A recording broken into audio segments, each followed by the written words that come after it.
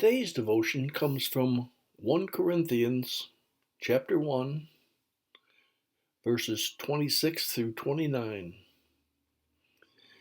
Consider your calling, brothers.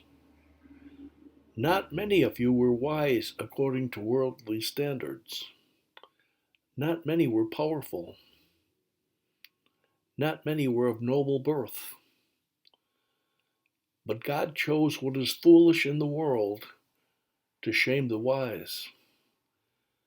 God chose what is meek in the world to shame the strong. God chose what is low and despised in the world, even things that are not, to bring to nothing things that are, so that no human being might boast in the presence of God. Don't you hate that feeling you get when you realize you've been completely wrong in your estimation of people?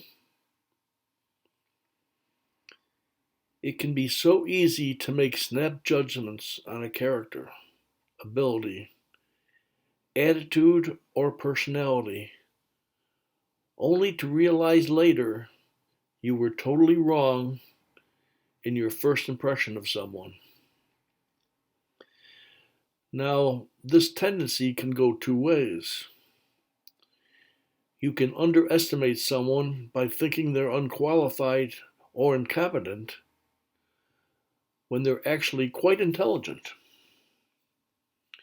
Or you can overestimate someone by immediately seeing them as skilled and able when, in fact, they're completely unable to do anything right.